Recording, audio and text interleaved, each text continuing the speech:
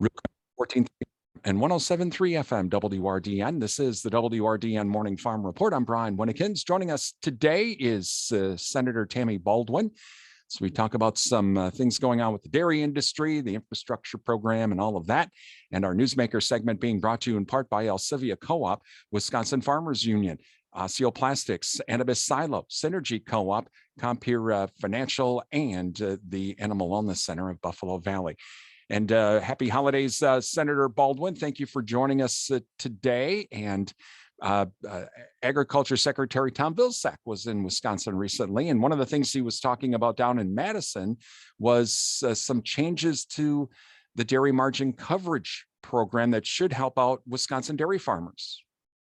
Absolutely. I was so pleased to have Secretary Vilsack traveling all around the state of Wisconsin last week with various announcements, but the dairy margin coverage program changes, I think, are welcome news for Wisconsin farmers.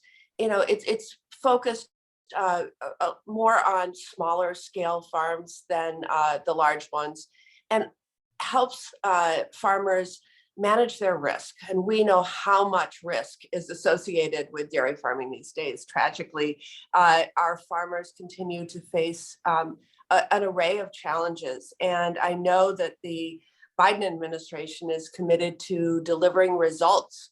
Our hardworking farmers welcome these updated and improved tools to manage their risk. And I encourage all dairy farmers to talk with their local farm service agent office and work out what level of dairy margin coverage would work best for their farm. I know one of the big changes in that was the feed calculator to try and make it more real life with the way the markets are. That was pretty something very important for Congress to say, look, we need to get this changed to really reflect what's going on. Absolutely. And that's, you know, such a huge component of dairy operations. When the tool doesn't keep up with changing times, it means it's not as effective at risk management as you'd want it to be. There was also the other update had to do with volumes that may change over time and what should be the baseline year. And so these are improvements that I think should make the dairy margin coverage more effective. Nobody wants to be getting their revenue through insurance. We want markets, all of us, and certainly dairy farmers, chief among them, want healthy markets. But as we know, there's been, whether it was early on in the pandemic with processors that were not able to process milk into cheese, or the trade wars that the previous administration had engaged in. All of those had a big impact on price. And so having this insurance as a backup is important. Talking with you, Senator Tammy Baldwin, this morning, I had a chance to talk with the secretary a little bit. One of the questions I asked him was the federal milk market order system. There's been some calls that we should, initially it was because of the payment differentials that were being deducted.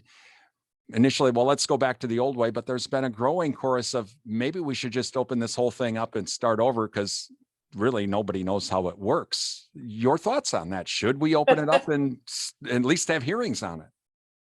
I certainly think that the system is old and archaic and hard to explain. I remember when I was first learning all about how it works and why why it is like it is, and it harkens back to a day when you couldn't, there wasn't refrigerated trucks basically to move liquid milk to all regions, and we knew that milk was something that was very healthy, especially for young children. And so they started this system that recognized that certain parts of the country are not ideal for dairy farmers, but subsidizing them to make up for lack of water or lack of other inputs, and that's kind of where it started. And if you look at how that's still around, and yet the challenges of the 1930s and 1940s are not still with us, yeah, I think it's time to shake it up. But it's also been tried many times before without success. Yeah, yes, it has. Senators Cole and Feingold tried to hold. Well, at least they got the thing from distance from Eau Claire, Wisconsin, removed. But you bet it's been something that's been going on for many, many years. And one of the things I've talked with Congressman Kind and even with Senator Vilsack has been with the infrastructure plan. There's a component for ports and inland waterways. And so for like the upper Mississippi River, all of the locks and dams. Now, one thing I chatted with Congressman Kind about was the port or the barge operators have been paying money into a fund for quite a while. And we still have that money out there and it's never been used. So how is this all going to work together to get these very old 1930s locks and dams replaced?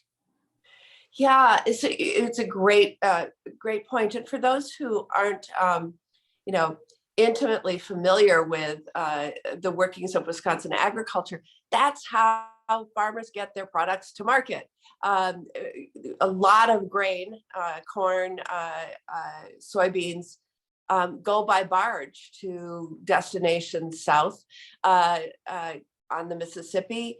And certainly that's true also in the Great Lakes. And when things get backed up because of the maintenance of some of these locks or other issues, that means it could take a tremendous toll on our farmers. So yes, we need to modernize the locks and dams.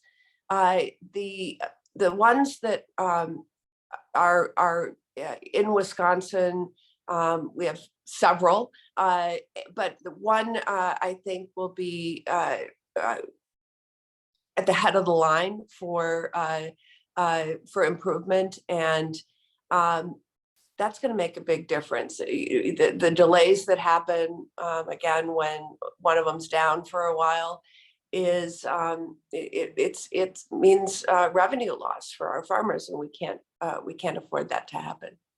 Meanwhile, we've had the big backup on the east and west coast, and it's actually been affecting agriculture because barges or ships are leaving with empty containers instead of taking egg products. Now here in Wisconsin, the Port of Milwaukee is going through a pretty big expansion for agriculture.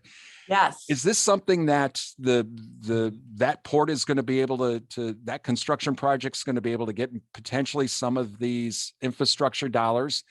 And is that something that could potentially alleviate some of these issues, not only for Wisconsin farmers, but upper Midwest farmers? It's easier to get it to Milwaukee and go through the St. Lawrence Seaway than having to take it down to the Gulf or all the way over to the West Coast.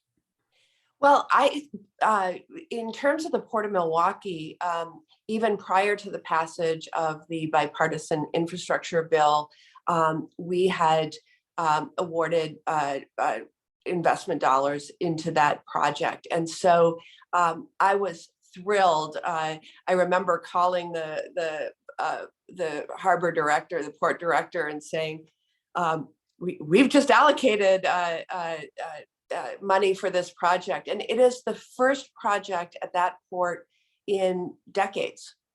But what a wonderful opportunity to create new markets for grain by having that facility built. I was at the groundbreaking, and we actually, instead of digging our shovels into the soil, we dug our shovels into soybeans. And very symbolic of what was going to go on there. And a real opportunity for expansion to European markets by using the Great Lakes So all around good news, but there a lot of our ports are looking for other opportunities, and yes, those will be opportunities that will be eligible for funding through the recently passed bipartisan infrastructure bill. Finally, Senator Baldwin, with the infrastructure bill, a very important topic in Wisconsin, in rural Wisconsin, is the broadband internet. And here, even in Western Wisconsin, I asked Secretary Vilsack this, and even Congressman Kind this, is there going to be accountability, especially for some of the national companies here in Western Wisconsin? Frontier Communications, a while back, they received a grant to expand broadband. They never did it. And so folks in Buffalo County around the Mondovi area, they don't have anything. They actually have terrible service. And so, but they still got the money. But then there's co-ops like NTech or Pierce Pepin Co-op Services or 24/7 in West Wisconsin Telecom. These co-ops are ready and willing to expand. A, shouldn't they get the money first? And B, when NTech or any of these co-ops want to expand into an area that's controlled by a national company, they throw up objections and they can't do anything. So is there going to be some accountability to this, and maybe reducing some of the red tape for these co-ops to expand because they're ready to do it? Exactly. I share that concern and have been at every step articulating that concern. And I feel like by now the members of the Federal Communications Commission and the leaders in the Commerce Department who will be overseeing the deployment of these broadband dollars already know what Tammy Baldwin is going to ask of them, because we need this. These are taxpayer dollars, and these are investments, and we need results, we need transparency, and we need accountability. And there's enough dollars really to get the job done in the infrastructure bill, or at least 95% of it. And we know how vital broadband is in the 21st century economy, especially during a pandemic, where everything has been done through the internet, whether that's school or telehealth or marketing one's products. We've needed to rely on the internet. And if you don't have it, you are really outside of the 21st century economy.